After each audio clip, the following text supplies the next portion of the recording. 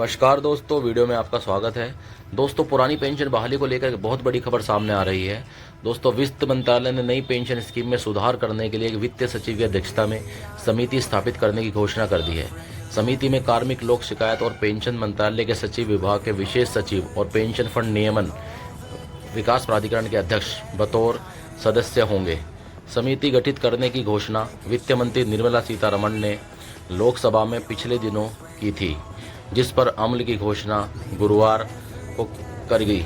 समिति को कहा गया कि वह नई पेंशन स्कीम के मौजूदा फ्रेमवर्क और ढांचे के संदर्भ में बदलाव की सिफारिश करे।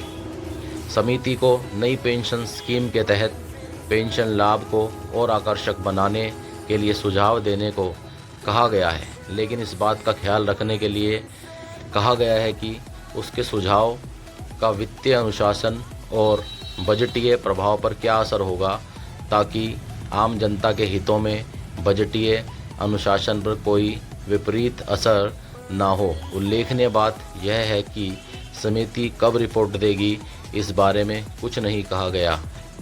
समिति राज्यों से बात करने के बाद अपनी सिफारिशें सरकार को देगी। जी हाँ, याद रहे कि पेंशन का मुद्दा पिछले कुछ वर्षों से एक अहम राजनीतिक मुद्दा बन चुका है। हिमाचल प्रदेश में कांग्रेस को मिली जीत में पुरानी पेंशन स्कीम की बड़ी भूमिका मानी जाती है। हालांकि अर्थशास्त्री पुरानी पेंशन योजना को अर्थव्यवस्था के लिए अव्यावहारिक और खतरनाक बता रहे हैं, लेकिन कांग्रेस छत्तीसगढ़ और राजस्थान में नई पेंशन स्कीम को रद्द करके इसकी जगह पुरानी पेंशन योजना को बहाल करने का राजनीतिक तीर चल चुकी है। पंजाब में आम आदमी पार्टी की सरकार ने भी ऐसा ही कदम उठाया है।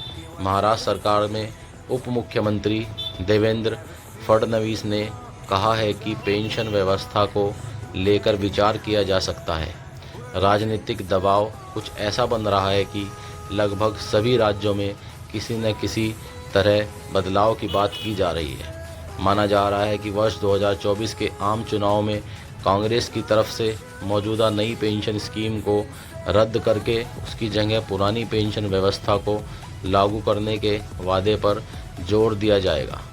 इस बढ़ती राजनीतिक सरगर्मी को देखकर ही वित्त मंत्री की तरफ से सरकारी कर्मचारियों के लिए लागू मौजूदा एनपीएस में बदलाव करने पर समिति गठित की गई है।